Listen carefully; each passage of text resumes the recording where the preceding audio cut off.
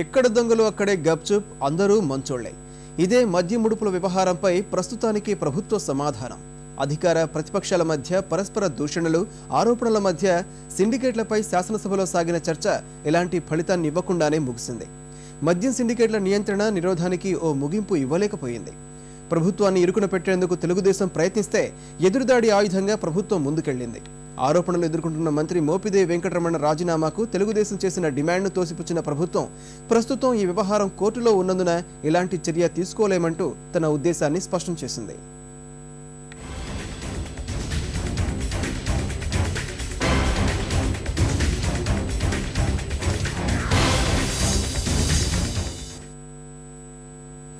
మద్యం సిండికేట్లపై 9 గంటలకు పైగా జరిగిన చర్చ పరిష్కారం దిశగా సాగలేకపోయింది.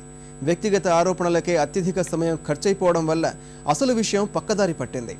అక్రమార్కులపై ఏం చర్యలు తీసుకుంటారన్న అంశాన్ని తేల్చలేకపోయింది. మద్యం సిండికేట్ల వ్యవహారంపై ప్రక్షాళన దిశగా జరగాల్సిన చర్చ తొలి నుంచి వాడి వేడిగానే ప్రారంభమైంది.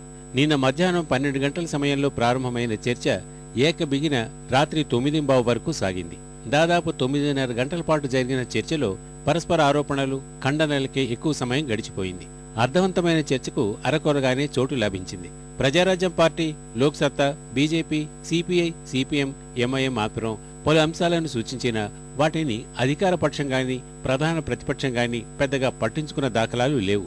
మద్యం సిండికేట్ల వ్యవహారంలో ఆరోపణలు ఎదుర్కొంటున్న ఎక్సైజ్ మంత్రి మోపిదేవి వెంకటరమణ, బొత్స సహా ఇతర మంత్రుల్ని మంత్రివర్గం నుంచి తప్పించి విచారణ జరపాలన్న తెలుగుదేశం వాదనను పాలకపక్షం ఏ దశలోనూ పట్టించుకోలేదు.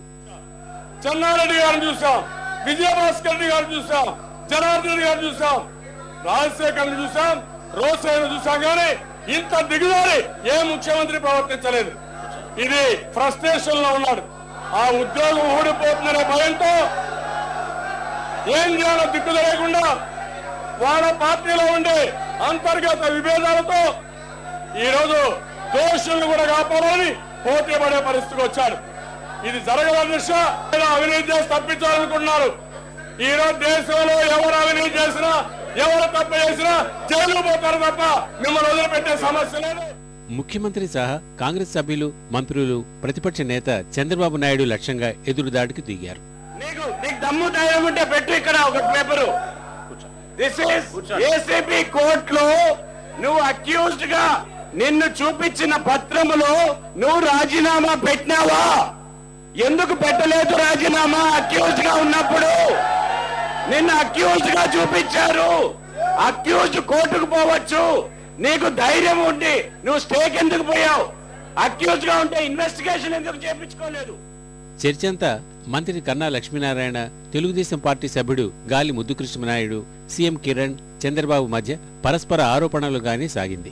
ప్రజారాజ్యం పార్టీ సభ్యుడు కన్నబాబు మద్యం విధానాన్ని సమీక్షించి నియంత్రణ అమలు చేసేలా ఉండాలని చర్చను అర్థవంతమైన దిశగా మళ్లించే ప్రయత్నం చేశారు.